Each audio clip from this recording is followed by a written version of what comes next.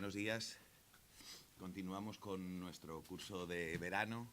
Agradecerle su asistencia, como viene siendo más que habitual. Y hoy tengo el placer personal de presentar a un compañero que personalmente admiro desde hace algunos años. Es un ejemplo de constancia, es un ejemplo de trabajo, es un ejemplo de amigo de sus amigos y para mí es un placer que esté con nosotros en esta Universidad Católica de Valencia. Su labor, si Dios quiere, no se va a limitar a estar presente en este curso, que lo hará muy bien, estamos seguros los que le conocemos, sino que intentaremos hacer alguna otra colaboración con esta universidad y con la formación de los alumnos de Derecho, tan importante en estos momentos. Y decía, quiero presentar a la persona que no al profesor. No es que no presente al profesor porque no pueda presentarle como profesor. Para aquellos que no quieran entender mis palabras, tengo que decir que el profesor don José Landete ha publicado mucho de muchas cosas variadas. Su preocupación es por el derecho eclesiástico, pero no solo por el derecho eclesiástico. Coincide con un gran amigo mío en su preocupación por el campo de la oratoria, por la formación de los alumnos, para que los alumnos que estudian Derecho no solo sepan la ley, sino que sepan expresar lo que tienen que decir. Y bueno, decía, yo quiero presentar a la persona, y quiero presentar a la persona porque me parece que, al igual que el resto de mis compañeros de la Universidad de Valencia, con los que me une una relación de amistad desde hace... Estoy calculando y yo creo que desde hace más de 20 años, esto ya es para empezar a preocuparse, pero es así, ¿eh? No recuerdo haber discutido jamás con ellos después de 20 años conociéndonos, con lo cual esto tiene que ser un elemento que imprima carácter. Dicho todo esto, insisto, les dejo con la persona. Es una persona muy indicada para hablar de libertad de expresión en conflicto con la libertad religiosa. Y es una persona especialmente indicada porque, por su forma de ser, que pondera las situaciones y que siempre intenta llegar a situaciones de consenso, me parece que es la forma de enfrentarse a la colisión de varios derechos fundamentales. Y por eso ha sido la persona que hemos seleccionado para que hiciera esta ponencia en el curso. Insisto, me callo, no digo nada más, solamente agradecer a José Landete que nos acompañe y a ustedes que lo puedan disfrutar en los mismos términos que yo les digo, no solo la persona, sino también el profesor, que es lo que nos toca ahora. José, por favor.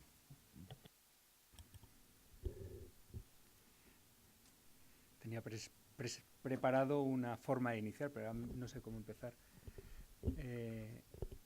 Claro, uno tiene que empezar siempre agradeciendo la invitación, agradeciendo la presentación, y suele ser un requisito formal, académico, pero claro, en este caso las gracias nacen de lo profundo, ¿no?, del corazón. Cuando me ha descrito como amigo de sus amigos, pues aparte de ser una tautología aparente, pues en realidad es algo que bueno, me llama y me conmueve. He de advertirles ya que, aunque enseño oratoria, yo no sé hablar en público. Yo hago como que los alumnos aprenden algo, pero yo jamás he hecho ningún debate, ningún torneo, yo voy ahí acompañando. Por lo tanto, no se espere gran cosa de lo que voy a decir. Han repartido, creo que, un índice de la ponencia. Voy a intentar ceñirme a él escrupulosamente para que puedan seguir lo que voy a tratar. En este caso, la libertad de expresión frente a la libertad religiosa y la pregunta acerca de si existe un derecho a ofender. Cuando me ponía a desarrollar este tema, inmediatamente me surgió la pregunta, evocando mis años de infancia, cuando a mí me decían, ¿a quién quieres más, a papá o a mamá? Claro, cuando uno se enfrenta a este tema, pregunta, ¿a quién quieres más, a la libertad de expresión o a la libertad religiosa? La primera es una de las libertades básicas para una sociedad democrática. Ha sido definido por el Tribunal Europeo de Derechos Humanos, por nuestro Tribunal Constitucional. Sin ella, sin la libertad de expresión, uno no puede participar en el debate público. Y así estamos viendo cómo regímenes aparentemente democráticos, a la libertad que en primer lugar golpean suele ser la libertad de expresión. Cuando un régimen dictatorial quiere sustentarse en el poder y persistir en el tiempo, pues tiene que evitar la disidencia y, por tanto, la primera de las libertades que se afecta de participación pública es la libertad de expresión. Por otro lado, tenemos la libertad religiosa, que es la primera de las libertades, como diría Yémolo, no solamente en su proclamación en la historia, sino además en la dimensión íntima de la persona, correspondiendo a la libertad, a la dignidad. Por tanto, ¿a quién quiero más? ¿A papá o a mamá? Para ello voy a presentarles a mi papá y a mi mamá, y por eso serán los dos primeros epígrafes de esta lección de este curso de verano, el año que viene en la playa. Este curso de verano. En primer lugar hablaré de mi papá. Y en bañador, como gaste calor. Bueno, hay mejores expectativas que verme en bañador. Se puede ver mucho, pero no es de gran calidad. Bueno, les presento en primer lugar a mi papá, la libertad de expresión. En estos momentos están todos pensando en mi imagen en bañador. A la insinuación. A la capacidad de derivar la conversación hacia otros aspectos. Claro. La falacia del pez rojo. Bueno, hablemos de mi papá. La libertad de expresión. Como ven, voy a seguir la misma metodología en las dos. En la libertad de expresión, concepto, contenido y límites, y después me referiré a la libertad religiosa. Esto lo hago porque me interesa tener algunos conceptos claros para después intentar trabar esa relación entre ambas. La libertad de expresión básicamente ha sido conceptualizada por vía jurisprudencial. ¿Por qué? Porque no tenemos regulación legal. Así como en otros derechos fundamentales tenemos una ley que desarrolla su contenido esencial, en este caso no hay una ley que regule de forma completa la libertad de expresión. Ha sido la labor de los tribunales, el Tribunal Supremo y el Tribunal Constitucional, la que ha ido dotando de contenido, de sistemática a esta libertad pública. Sí se ha visto un cambio de posición antes y después del año 82. Los principales pronunciamientos han venido dados por su colisión con el derecho al honor, a la intimidad personal y familiar y a la propia imagen. De hecho, si leemos la Constitución, nos dice en el artículo 20 que el límite básico, el límite más expreso de la libertad de expresión es el respeto al derecho al honor, a la intimidad personal y familiar y a la propia imagen. Eso antes de la Ley Orgánica 1/82, reguladora de este derecho al honor, a la intimidad personal y familiar y a la propia imagen, tuvo que ser colmada básicamente por la jurisprudencia del Tribunal Constitucional, cuando se entraba en juego el límite de este derecho. Después tenemos la definición de qué es este derecho al honor y la jurisprudencia va a pasar a examinar qué se entiende por honor, qué se entiende por propia imagen, qué se entiende por intimidad, qué se entiende por libertad de información, veracidad, etc. Vemos a primera vista una contradicción entre el Tribunal Constitucional y la propia Constitución, puesto que parece que es el derecho al honor el que tiene que limitar la libertad de expresión. Eso, por lo menos, del tenor literal del artículo 20.4. Pero después la jurisprudencia va a cambiar, va a voltear la tortilla y va a decir que es la libertad de expresión la preponderante en este conflicto, puesto que es una libertad básica, es una libertad presupuesto del ejercicio del funcionamiento del sistema democrático. La aportación de los tribunales en este choque de derechos fundamentales va a fijar unas líneas de definición. En primer lugar, el principio de proporcionalidad en la limitación de derechos fundamentales debe limitarse en la medida en que sea proporcionado al fin perseguido. En segundo lugar, la necesaria ponderación de circunstancias e intereses de conflicto. Esto voy a hacer referencia un poco más detallado después. Y finalmente, la posición prevalente de la libertad de información, siempre que los contenidos sean veraces, de interés público, ausencia de expresiones o insinuaciones insultantes, insidiosas, vejatorias. Bueno, voy al grano. ¿Qué se entiende por libertad de expresión o cómo sería posible definirla? En este caso, se ha definido, por ejemplo, Cohen-Jonathan, como una conditio sine qua non de una verdadera democracia pluralista. Afirma Muñoz Machado que no solo no es pensable la democracia, sin que exista la posibilidad de que los ciudadanos estén informados, sino que es imposible el pluralismo si esta información no es plena y libre. Concebida así, la libertad de expresión, en su más amplio sentido, en su más amplio contenido, sería la libertad de investigar, comunicar y recibir informaciones veraces u opiniones, ya sean favorables o desfavorables, sin injerencias de las autoridades públicas. Así podemos comprender el elenco de derechos que están integrados dentro del artículo 20 de la Constitución. La libertad conllevaría, en primer lugar, pues, la facultad de transmitir a otros las opiniones o informaciones. Es un derecho a ejercer una actividad de pensamiento. Esta primera dimensión tendría una titularidad universal. Toda persona tiene derecho a transmitir, aunque la posición de los profesionales, de aquellos que tienen una titulación adecuada, una formación suficiente, y de los medios de comunicación, tendría una posición de especial relevancia constitucional. A ellos vendría encomendado en primer lugar esta primera faceta. Esto es lo que sería llamado por el Tribunal Constitucional y por la doctrina la libertad de información. Sería una de las dimensiones básicas de la libertad de expresión. Libertad que estaría encadenada para su ejercicio con la nota de veracidad. Uno puede informar en la medida en que lo que informa sea veraz. Puede admitirse errores circunstanciales, puede admitirse defectos en la hora de transmitir esta información, pero dice el tribunal, nuestro tribunal, que siempre que no se tergiversen de tal manera que el público se haga una idea equivocada de lo realmente acaecido. La siguiente dimensión, todavía más amplia, más universal, de la libertad de expresión sería la propia libertad de expresión en sentido estricto.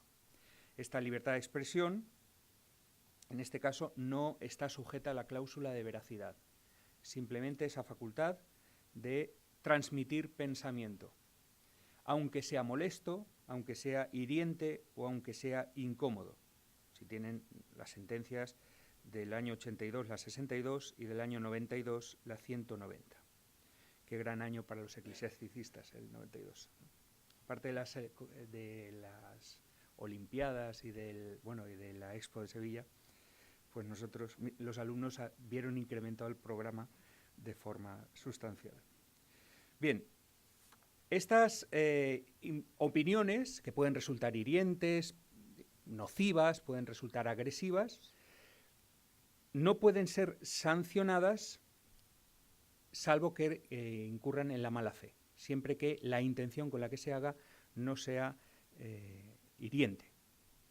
A tal efecto, dice el Tribunal Constitucional que el mensaje, que será en el fondo lo que se va a examinar para ejercer esta libertad de expresión, siempre estará salvaguardado o podría admitirse que fuese hiriente u ofensivo siempre que no pueda ser entendido como, y cito literalmente, expresiones insultantes, insinuaciones insidiosas y vejaciones innecesarias que solo puedan entenderse como insultos o descalificaciones dictadas, no por un ánimo o por una función informativa, sino con malicia, calificada por un ánimo vejatorio y la enemistad pura y simple. Esta es la opinión del Tribunal Constitucional. Luego ya lo que hagamos después, lo que diga la jurisprudencia en ámbitos inferiores, una de las opiniones o de las propuestas que dirá al final tiene que ver con esto. El tercer punto que iba a hacer referencia es el de los límites. No es un derecho ilimitado, como estamos viendo. Tal y como se desprende de los artículos 10 del Convenio Europeo de Derechos Humanos, del que bebe nuestra Constitución, y el artículo 20, las injerencias en este ámbito de libertad tienen que estar fundadas en una previsión legal. Tiene que haber una ley previa y además de rango legal, no puede ser cualquier norma ni tan siquiera jurisprudencial, una previsión legal que resulte necesaria en una sociedad democrática para salvaguardar la seguridad nacional, la integridad territorial, la seguridad pública, la defensa del orden, la prevención del delito. Estoy citando el artículo 10 del convenio. La protección de la salud y de la moral, la protección de la reputación o de los derechos ajenos, para impedir la divulgación de informaciones confidenciales y para garantizar la autoridad y la imparcialidad del Poder Judicial. Son criterios que nos van a ayudar a limitar o a realizar ese análisis, ese enjuiciamiento de la posible injerencia en la libertad de expresión. En primer lugar, previsión legal. Yo creo que más o menos ese es pacífico. En segundo lugar, califica el convenio una injerencia necesaria.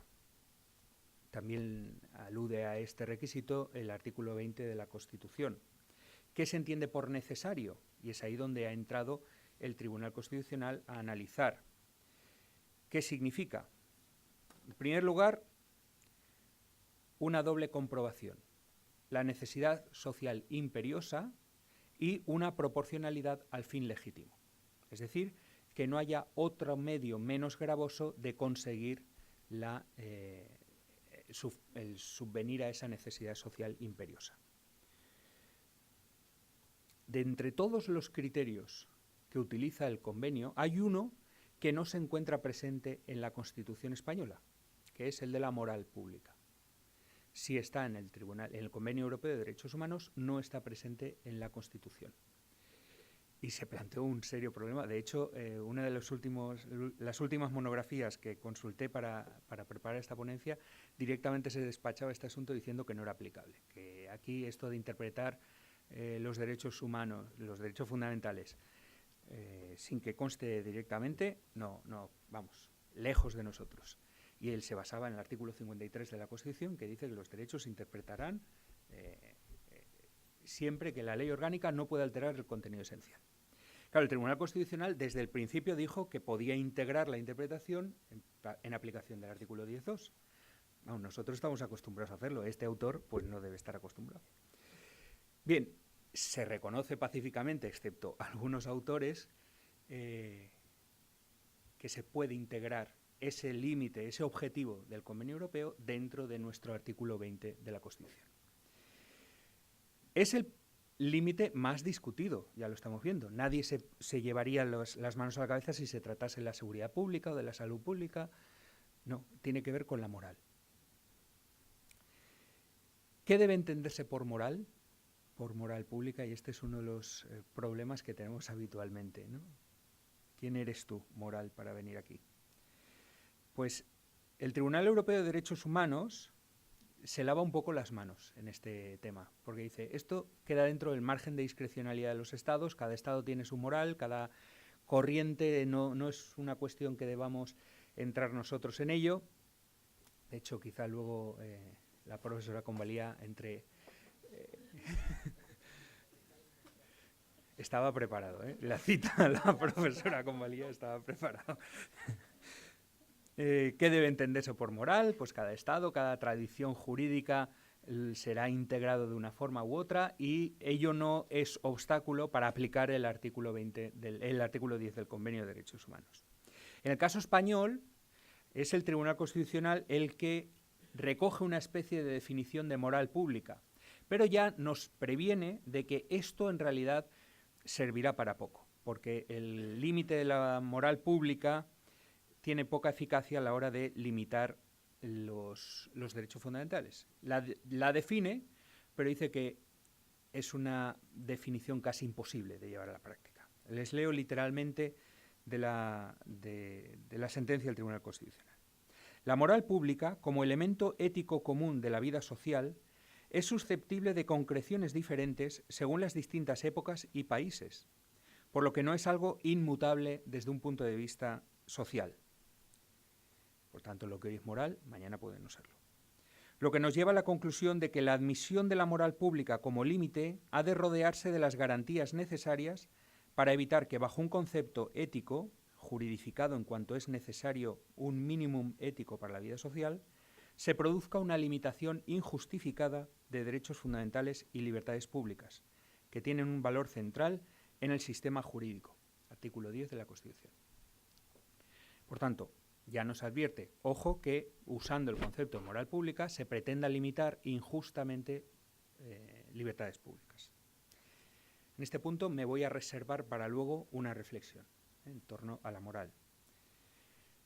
Y voy a hablar de mi mamá en este conflicto.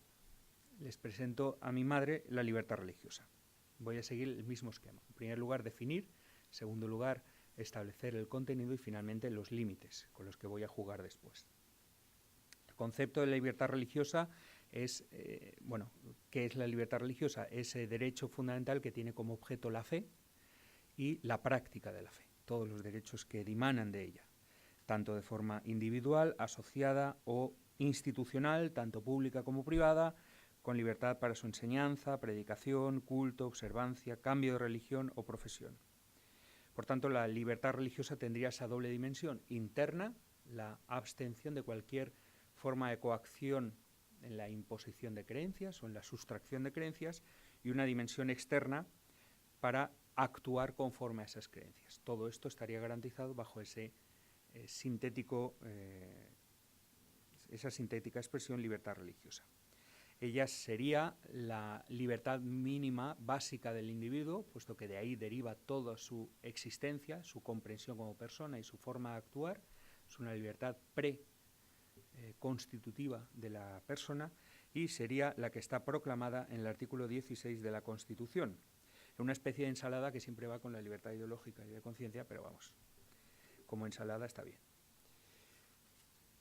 Presentaría esa doble dimensión, la individual, propia del individuo, y la constitutiva, la social, la confesional, que tiene que ver pero no tiene que ver. La ley orgánica, en este caso esa libertad, sí ha sido desarrollada por una ley y la tenemos proclamada. Es la primera ley orgánica que regula un derecho fundamental en nuestro ordenamiento jurídico. En el año 80 pues, ya se recoge el desarrollo de la libertad religiosa.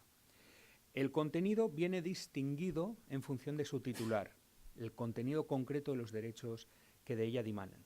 En el artículo 2.1 de la Ley Orgánica se recoge el contenido individual y así se dice que la Ley Orgánica, no les voy a leer literalmente el artículo porque es bastante extenso, pero nos va a proteger la libertad de profesión y manifestación de las creencias religiosas. El individuo tiene libertad para manifestar sus creencias religiosas, tiene la libertad de culto y de práctica religiosa, asistencia, tiene, como ven, van saliendo de dentro hacia afuera, ¿no? El comportamiento. En tercer lugar, la libertad de propaganda, de proselitismo y de enseñanza religiosa, y finalmente el derecho de reunión, manifestación y asociación con fines religiosos. El artículo 2.2 de la Ley Orgánica recogería la dimensión asociativa, perteneciente, derecho distinto del individual perteneciente a las confesiones.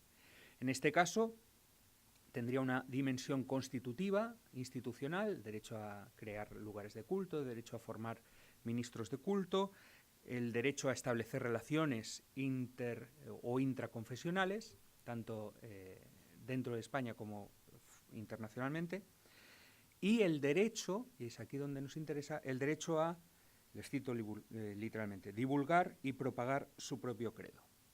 Forma parte de la titularidad de la confesión el derecho a divulgar y propagar su propio credo. Para ello, para poder hacer eficaces los dos derechos en aquellos lugares, en aquellas circunstancias en que es la propia administración la que puede resultar un obstáculo para su ejercicio, el 2.3 garantiza la asistencia religiosa en centros públicos, así como la formación religiosa en centros docentes públicos. Hoy en día parece que hay un gran movimiento para acabar con este último epígrafe de la Ley Orgánica. No sería necesario ni acuerdos ni nada para que se pudiera formar religiosamente en los colegios. Hemos construido un gran andamiaje de acuerdos concretos, previsión de horas lectivas. Bueno, pues un derecho que simplemente cumpliese su ordenamiento jurídico debería permitir esta formación religiosa. Bien, lo que me interesa son los límites. ¿Hasta dónde llega la libertad religiosa? En concreto, ¿hasta dónde llegarían estas dos manifestaciones? El derecho a manifestar sus creencias religiosas del individuo, el derecho a divulgar y propagar su propio credo de las confesiones. Bien, en su dimensión interna es ilimitado, pero es en la manifestación de esta libertad, el artículo 16 lo circunscribe a la garantía del orden público. No serán protegidas, no serán amparadas ninguna actuación contraria al orden público. ¿Qué es el orden público? En este caso sí tenemos una definición legal y yo creo que es de las pocas definiciones legales de orden público que se encuentran en el ordenamiento. Lo utilizan también en derecho internacional privado, lo utilizan en derecho penal para protegerlo, lo utilizan en derecho financiero. En derecho eclesiástico del Estado yo creo que es la única rama del derecho donde lo tenemos definido, que es orden público, en el artículo 3 de la Ley Orgánica. Mejor hubiera sido que no lo definiesen, porque para lo que han hecho ha sido un poco complicada la cosa. ¿Por qué? Nos dice el orden público que es un concepto jurídico indeterminado y polémico que se entiende el ejercicio de estos derechos en la medida en que respeten el derecho de los demás al ejercicio de sus libertades públicas y derechos fundamentales, así como la salvaguarda de la salud, la seguridad y la moralidad pública. Elementos constitutivos del orden público protegido por la ley en el ámbito de una sociedad democrática. Por tanto, tendremos 4 elementos de orden público: la protección de las libertades públicas y derechos fundamentales de los demás, y 3 conceptos en sí mismos, ¿3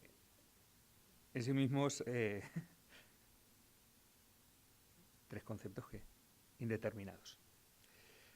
Voy a referirme brevemente a ellos porque alguno me va a servir después para conjugar los límites entre la libertad de expresión y la libertad religiosa.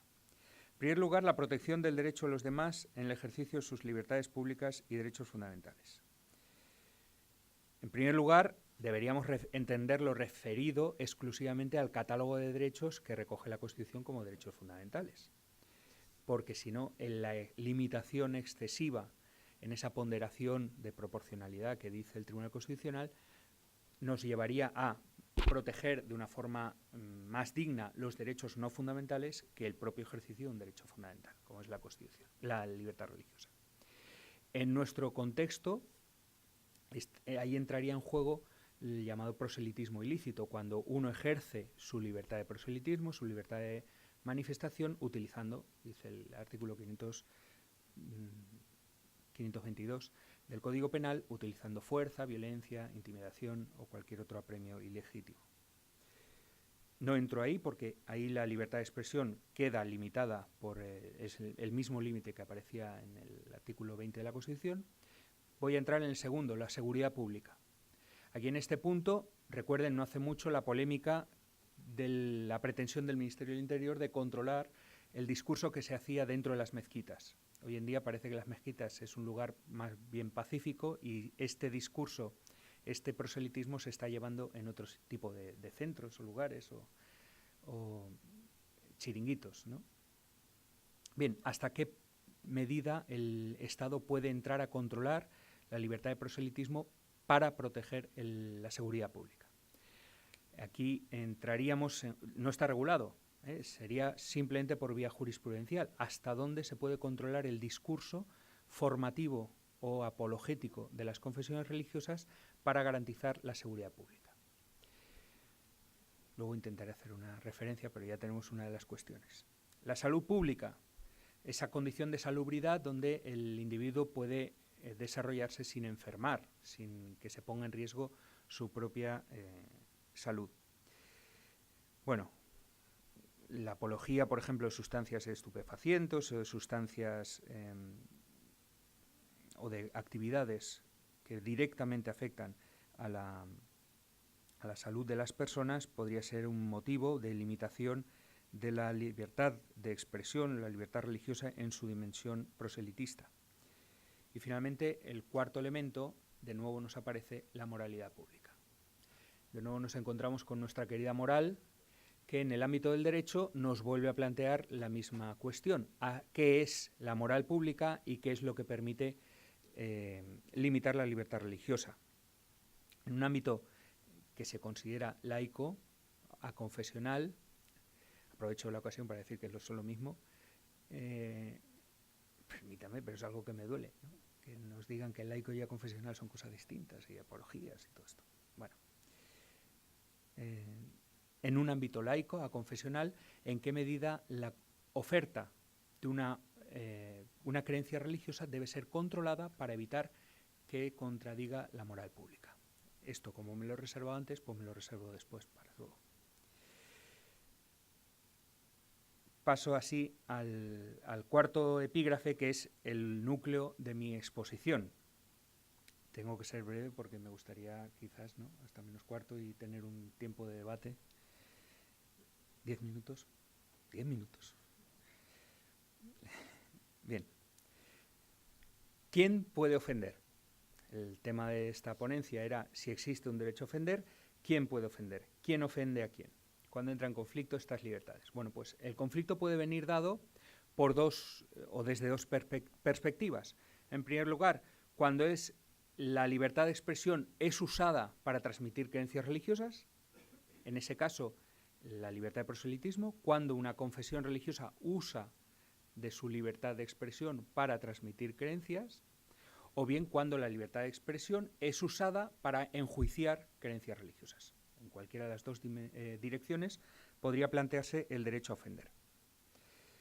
Según la metodología que sigue en estos casos de conflictos de derechos el Tribunal Constitucional, de ponderación de intereses, en primer lugar deberíamos fijar el concreto ejercicio del derecho, en concreto, que se está ejerciendo, y la pretendida injerencia que entra en conflicto. Por ejemplo, por seguridad pública, por defensa del orden, por la moral, y después las circunstancias que rodean al caso concreto. No es posible dar una solución omnicomprensiva. La metodología que sigue el Tribunal Constitucional es concreta. Resultan, por ejemplo, especialmente valiosas los indicios de que se trate de un asunto de interés público o que el personaje tenga el carácter público o el principio de veracidad o la existencia de base fáctica en las críticas, la no utilización gratuita de términos injuriosos. Todo esto sale de la doctrina del Tribunal Constitucional. Bueno, pues vamos a empezar a resolver conflictos. El primero es cuando la libertad de expresión es usada como cauce para transmitir creencias. En este caso se presenta ese posible derecho a ofender usando la libertad de expresión al servicio de las creencias. Se trata de la hemos llamado así, libertad de proselitismo o libertad de enseñanza o libertad de magisterio o libertad de opinión pública fundada en valores o dogmas religiosos. Como tal, está garantizada en la Ley Orgánica de Libertad Religiosa, como contenido tanto de la dimensión individual como de la dimensión institucional o colectiva. Así pues, cada confesión religiosa, cada creyente puede usar los medios que considere oportunos, propios o ajenos, para expresar sus doctrinas y opiniones, valiéndose de la palabra, la escritura, la imagen o cualquier otro instrumento de comunicación. Además, la libertad de expresión garantizaría en estos casos llegar a todas las personas sin límites subjetivos ni objetivos, territoriales, institucionales, sin interposiciones ni manipulaciones. La única limitación que reconocería la Constitución y la Ley Orgánica sería la necesaria para la salvaguarda del orden público.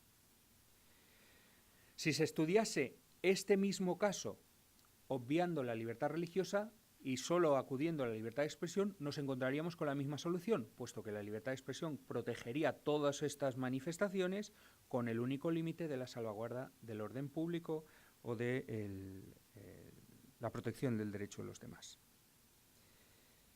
Sin embargo, y aquí es donde me he venido reservando el argumento, hay uno de esos límites, hay uno de esos criterios que permitirían limitar el ejercicio de estos dos derechos, la libertad religiosa o la de expresión, que nos encontramos en directa contradicción, que sería la moral pública. Expresamente contemplada en la Ley Orgánica, indirectamente admitida por el Tribunal Constitucional en la Constitución, la moral pública nos aparece como un límite para el ejercicio de esta libertad en el juicio público. Recordemos que, según el Tribunal Constitucional, la moral pública es algo difuso, algo difícil de determinar, algo cambiante y, además, debe ser interpretada de forma mínima para garantizar el ejercicio de los derechos. Es decir, es un límite más bien nominal que fáctico. ¿Se me permite dar un palo hoy en día? Bueno, pues lo someto a su consideración. Lo que voy a decir ahora no tiene nada que ver con... Acudimos o estamos asistiendo hoy en día a una política pública que afecta a este límite. Se está construyendo una moral pública nueva y además impuesta desde el legislador. Se están introduciendo valores éticos desde el punto de vista legislativo que afectan o se integran dentro del concepto de moral pública. La moral no nace ya de la sociedad, sino que viene establecida por el legislador. Parece ser que es una moral diseñada desde el punto de vista de la construcción democrática. Me voy a ceñir a dos términos, por ejemplo. En primer lugar, la ideología de género. Bajo este postulado, no solamente se encuadrarían las normas que están directamente llamadas a acabar con la violencia machista o erradicar este tipo de tendencias, sino que se ha diseñado un entramado de normas de discriminación positiva dirigidas al empoderamiento de la mujer en todos los órdenes sociales, incluso en el ámbito lingüístico. Aquí les confieso que yo tengo una peculiar batalla, no solamente en el ámbito de la oratoria, soy profesor del máster de violencia de género, y cuando digo que es incorrecto gramaticalmente el uso de ustedes, ustedas y estudiantes y estudiantas, es el día en que tengo más discusiones. O sea, puedo estar como media hora discutiendo si es o no una incorrección gramatical. Bueno, pues se está imponiendo un diseño de la moral pública, aunque sea por vía de la ley. Se encierran en estas normas unos conceptos morales que debieran ser discutibles, asumidos personalmente, se encierran dentro de las normas, configurando buena parte de esta moral pública nueva, dirigida a limitar o incluida en las limitaciones del ejercicio de los derechos fundamentales, la libertad religiosa y la libertad de expresión. De hecho, cualquier puesta en cuestión de este nuevo concepto moral no resulta ya hiriente o molesta, sino directamente ilegal. Es un rechazo jurídico porque se considera extralimitada y además desencadenaría la consecuencia penal. Fíjense que la libertad de expresión permitía incluso las opiniones hirientes, ofensivas, siempre que no fueran directamente injuriosas. En este caso no estoy hablando de una crítica hiriente o injuriosa, sino simplemente la puesta en cuestión de esta nueva moral pública.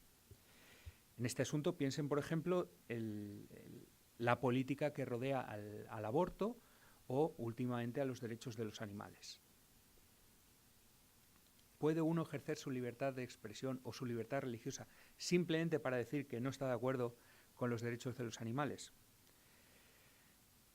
Segundo ámbito, la dignidad, la igual dignidad de las opciones sexuales. ¿Qué decir al respecto? Sobre todo porque lo tenemos muy reciente, ¿no? Y ayer habría este curso de verano pues alguien que lo ha sufrido en propia carne. Parece que cualquier enjuiciamiento moral basado en creencias religiosas sea susceptible de descalificación democrática si pone en cuestión este tipo de igualdad o esta afirmación igual. Y en este punto se plantea, ¿tienen derecho las confesiones religiosas incluso a enseñar a sus propios fieles la moralidad o inmoralidad de comportamientos sexuales concretos? Y en segundo lugar, ¿se podría contribuir al bien común ciudadano desde esos planteamientos morales?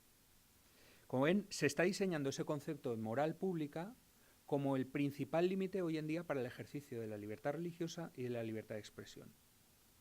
Algo que se decía por el Tribunal Constitucional que era una cuestión residual, cambiante y además que era de injerencia mínima. Ayer estaba aquí el profesor Sánchez Cámara, el rector, 2 minutos. Pues me paso el rector.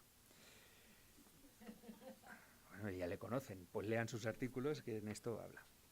Bien, la segunda cuestión era la libertad de expresión como instrumento para valorar determinadas creencias religiosas. Aquí se utiliza la libertad de expresión para enjuiciar creencias religiosas. Hay normativa que regula el tratamiento de la religión, tanto en la publicidad como en los programas de televisión. Al respecto, les recuerdo que existe el artículo 14 sobre el Acuerdo de Enseñanza de Asuntos Culturales con la Iglesia Católica, que dice que deberán ser respetados los sentimientos de los católicos en los medios de comunicación social.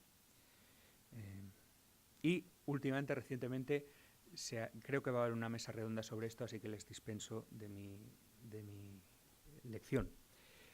Recordemos el llamado discurso del odio. El artículo 510 del Código Penal limita el ejercicio de la libertad de expresión cuando ataca creencias religiosas en este contexto del llamado discurso del odio. Voy a las consideraciones finales, que es lo mejor de la ponencia porque significa que voy a acabar. En primer lugar, lo planteo, simplemente son consideraciones a juicio para suscitar el debate. ¿Podría ser una vía mejor no acudir al llamado delito de escarnio del artículo 525, que ayer se trató, para proteger las creencias religiosas frente a una libertad de expresión excesiva? No acudir al 525 delito de escarnio, que es imposible de aplicar, o por lo menos los tribunales deberían hacérselo mirar, ¿no? Acudir al 510 del Código Penal a los llamados delitos de odio. Recordemos que ya ha sido incluido expresamente el antisemitismo, ¿no? ¿Por qué no el resto de confesiones religiosas cuando se realizan estas afirmaciones o agresiones explícitas fomentando el odio o fomentando los delitos contra el honor de estas personas jurídicas? Nadie pensaría perseguir el antisemitismo dentro del 525, el delito de escarnio. Segundo lugar, no olvidemos que el honor de las personas jurídicas tiene mejor encaje dentro de la vía civil. No busquemos siempre proteger la libertad religiosa desde el ámbito penal, ya que los tribunales penales están cerrados a esta vía. Pensemos en la protección civil de la libertad religiosa o del honor o de las creencias. Tenemos una vía concreta en la Ley 182 de protección jurídica del honor. Se ha admitido ya que las personas jurídicas tienen derecho al honor. Pues bien, la consecuencia jurídica es, además del derecho de rectificación, el ejercicio de derecho de rectificación, la indemnización del daño causado. Y en la sociedad en la que estamos, pues es casi más llamativo la indemnización, o sea, el daño al bolsillo, que el daño de los antecedentes penales. Y finalmente, una reflexión final. ¿En qué nos ayuda el proteger estos derechos de una forma tan excesiva?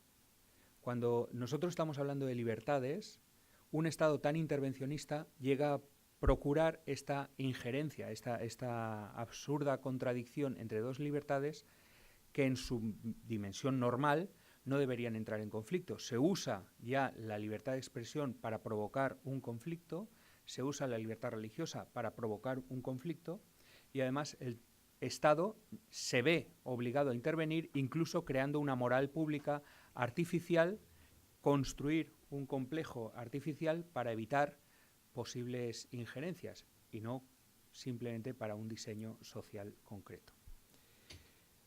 Yo quedo a disposición de los participantes. Imagino que entre ellos van a poder debatir y no hace falta que todo se dirija contra mí.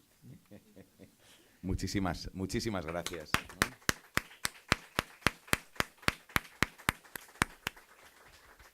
Bueno, tan brillante y divertido como nos tiene acostumbrado el profesor, tenemos unos minutos todavía para poder hacer unas preguntas y conservar los horarios del programa.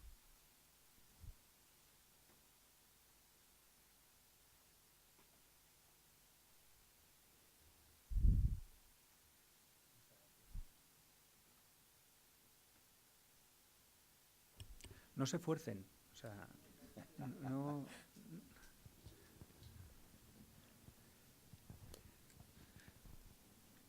Bueno, mi pregunta iba sobre el final de la intervención. El delito de odio establecido en el artículo 510 del Código Penal. Este delito no se puede convertir en una navaja de doble filo, porque una vez se ha creado este montaje de moral formada y creada desde lo público, donde se arrincona esta moral que viene del justnaturalismo, que viene del derecho natural, y es sustituida por una moral artificial creada por estas nuevas ideologías. Una vez esa moral se convierte, como si dijéramos, en la moral oficial del Estado y que debe prevalecer en el Estado, ese delito de odio puede acabar siendo convertido precisamente en un arma arrojadiza contra aquellos que queremos expresar nuestra opinión distinta a esta situación que se está creando. Y de hecho, el propio cardenal ha tenido ya que recibir un primer encontronazo que afortunadamente ha quedado resuelto sin que se haya aceptado la querella, pero ya ha habido un primer encontronazo haciendo uso de este artículo del delito de odio. Y esto es el comienzo. Me imagino que conforme esta moral vaya asentándose realmente en el Estado, pues probablemente ese sentir de los jueces, que cada vez va siendo más permisivo hacia esta moral de Estado, pues puede en cualquier momento acabar cayéndonos encima, y que simplemente la mera expresión de discrepancia se convierta en que nos veamos imputados por un delito. ¿Ese peligro existe? Sí. De hecho, tenemos una fiscalía especializada en delitos de odio. Hay un señor esperando que alguien utilice su libertad de expresión para imputarlo. Bueno, una señora, creo que en Valencia es señora. No estoy hablando simplemente del conflicto por la libertad religiosa. Yo como profesor, en principio, tengo libertad de cátedra. Yo puedo ir a clase y decir que el aborto es un delito o es un derecho a la interrupción voluntaria del embarazo. ¿Hasta dónde puedo ejercer yo mi libertad de cátedra? Pues cada día lo tengo un poco más difícil. Yo tengo una opinión un poco diferente. Le advierto que estoy acostumbrado a ser posición minoritaria en muchas cosas y seguramente aquí no sea una excepción. Pero el problema es que cuando hablamos de delitos de odio, si se me permite una expresión vulgar para que todos lo entendamos, es como hacer la paella, todo el mundo sabe. Pero no es igual comerte una paella en La Habana o comerte una paella en Valencia. Los ingredientes son parecidos, el arroz es amarillo, pero no sabe igual. Y voy a intentar explicarme. El problema es que hablamos de delito de odio y los delitos de odio es una categoría que tenemos todavía que meter en cintura y tenemos que aprender qué es lo que es. Mi cardenal ha recibido una querella absolutamente injusta y unas críticas absolutamente desproporcionadas, y lo digo desde el minuto 1, pero no ha sido el primero. Tienen que saber que se han iniciado acciones en fiscalía contra otros obispos en la geografía española hace muchos años ya, incluso con el anterior artículo 510 del Código Penal. Me viene a la cabeza la figura del obispo de Getafe, si no me equivoco. Está don Jaime. Eso es, y Alcalá, correcto también. Pero no solo eso, es decir, hubo querellas ante los juzgados, ante Fiscalía, pero hubo incluso preguntas parlamentarias, preguntando al gobierno qué iba a hacer, presentadas por determinados colectivos que pretendían determinadas situaciones. El delito de odio no es a la libertad de expresión. El delito de odio es contra la convivencia democrática y a los efectos de evitar que sea una situación, porque el delito de odio le teníamos regulado en el artículo 22, yo no soy penalista, pero me parece que era el artículo 22 el que funciona como agravante de las acciones del Código Penal, donde actuar motivado por odio, intolerancias, racismo, xenofobia, y era un agravante que servía directamente para incrementar la pena de los delitos. El delito de odio tiene muchos tipos penales de potenciales consumaciones desde el punto de vista penal. Tiene la consumación en la libertad de expresión, que es lo que estamos analizando aquí, pero en el delito de daños. En el delito de daños tenemos a la compañera María García, que nos expondrá dentro de poco en el curso las distintas agresiones que han tenido las confesiones religiosas, y que quemen la puerta de una iglesia con gasolina, que pinten, bueno, no quiero meterme en su ponencia, pero determinadas situaciones que vienen ocurriendo, lamentablemente son normales. Eso es un delito de odio. Que nuestro rector del seminario diocesano aquí en Valencia, don Fernando, vaya andando por la calle y solamente por ir vestido con un alzacuellos reciba una agresión, pues es un delito de lesiones, pero es mucho más que un delito de lesiones, es un delito de odio. Que una pareja de jóvenes trastornados quemen a un señor porque es un homeless y está viviendo en un cajero automático, eso es un delito de odio. Que contra mi querido amigo Esteban Ibarra alguien publique un juego que aparece una diana como de disparos, eso es un delito de odio. Que alguien hable en contra de la comunidad musulmana queriendo cercenar los derechos que tienen, intentando que todos sean reconocidos como si todos fueran terroristas cuando no lo son, eso es un delito de odio, porque eso influye en la convivencia.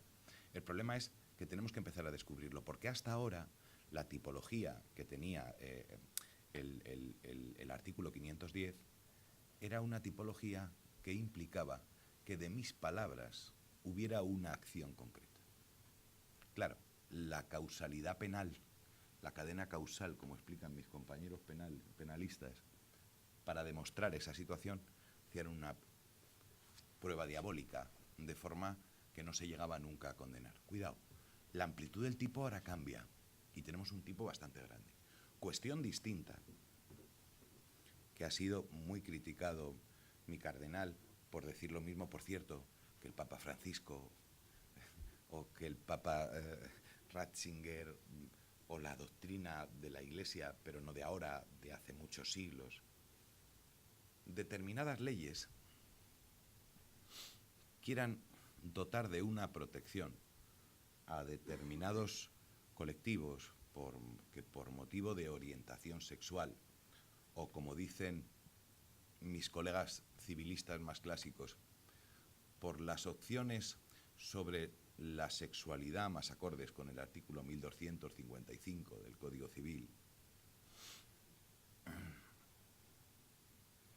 esa hiperprotección, cuando hace que no se pueda entrar en esa discusión y se iguala la ideología de género en la defensa del ordenamiento jurídico, es decir, que se aísla del campo de la libertad de opinión y se asemeja, si usted lo mira bien, bien es verdad que en este caso con una normativa internacional, y me estoy refiriendo a los crímenes de guerra nazi contra el pueblo judío, se asemeja mediante una legislación autonómica, curiosamente en cascada de distintas comunidades autónomas. La de Valencia fue el viernes pasado.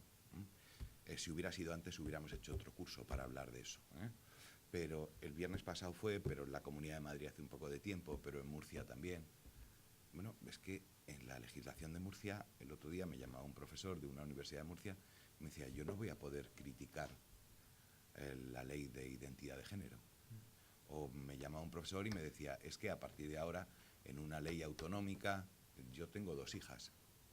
En el supuesto de aquello de la identidad de género, que supone negar la misma cualidad de la propia persona, si ya no sus padres, un tutor en un colegio entiende que el niño, en vez de llamarse Gabriela, debe de llamarse Gaby, como ocurrió en Málaga hace 3 años, con 4 años el niño, antes de que el niño tenga 12 años, en alguna comunidad autónoma, el propio profesor puede instar que sea tratado con hormonas ese niño o niña, y se dan situaciones complejísimas, como que de repente la mamá de la niña Gabriela va al colegio y dice, a partir de este momento quiero que mi hijo se llame Gaby. Y dice el director, usted tiene 4 años, tiene un DNI, su hija se llama Gabriela. No, pues tiene que entrar al baño de los niños.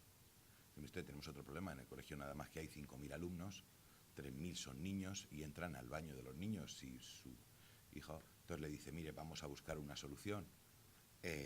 Hay un baño que no utiliza nadie, le vamos a dar la llave para que Gaby pueda entrar al baño sin ningún tipo de problema. Entonces es cuando dice la madre, no, eso es una discriminación manifiesta. Se abre solo un baño para que mi hijo vaya al cuarto de baño. Y usted, son soluciones muy complejas y hay que ir descubriéndolas. A mí me parece bien que esté regulado el delito de odio. El delito de odio, porque tenemos que tener en cuenta que protege los sentimientos religiosos, como muy bien decía bueno, estoy dando una conferencia, no quiero entrar, pero es que es un tema muy apasionante. Es un tema muy apasionante porque hay que descubrirlo. Tenemos otras ponencias que van a hablar del desarrollo del artículo 510. Mi compañera Zoila Convalía dirá algo seguramente también ahora, pero le quiero decir, el problema es un problema de límites, como decía José. Y ese problema de límites hace que cuando no puede haber dos libertades de expresiones, una de primera velocidad para criticar lo religioso y otra de segunda velocidad para que las opciones personales de sexualidad no se pueda hablar de ellas. Es decir, el problema es que los principios de proporcionalidad en el ejercicio de los derechos no solo es el ejercicio, sino también el propio derecho que se está hablando. Están todos en la Constitución, incluso algunos en algún apartado que, como decía mi querido amigo, no son el 19 del 14 al 29 y 32, sino más allá en la Constitución. Pero, en fin, no me corresponde, he respondido a la pregunta, pero es que no he podido evitarlo. Porque cuando me decía usted de mi cardenal, claro, es que las palabras no se pueden sacar de contexto.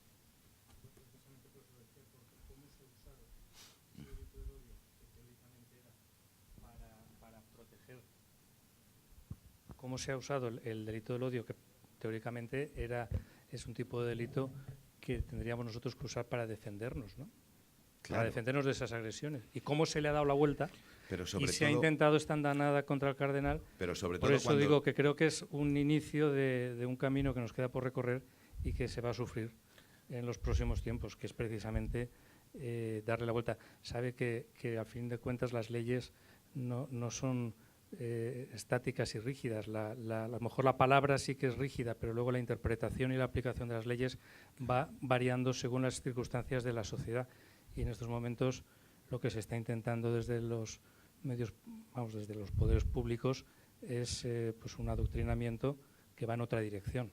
Y por lo tanto, el artículo va a ser el mismo, pero puede ser usado completamente en la dirección contraria a la que pensamos que se debería de usar. Es la misma situación, la de los tuits a raíz de la muerte del torero reciente, delito de odio, que la de una confesión religiosa enseñando a sus fieles que las relaciones homosexuales son pecaminosas, aunque publique un catecismo por escrito. Podría ser, voy a dar ideas, pero espero que esto no se difunda, pero podría ser, pero si cae en malas manos, podría ser un motivo para suprimir ayudas públicas a una asociación o a una entidad religiosa que enseña este tipo de doctrinas, porque van contra,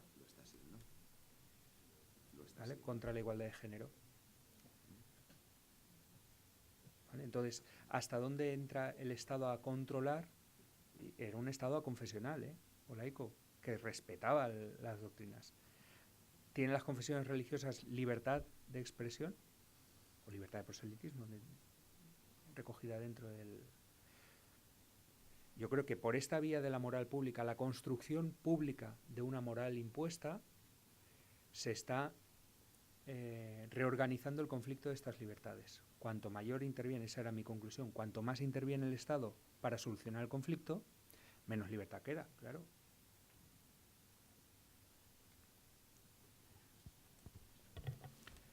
A ti te presenta... Teniendo la hora que hay, yo creo que ya no hay más preguntas, ¿no? Hacemos 5 minutos de descanso rápidos,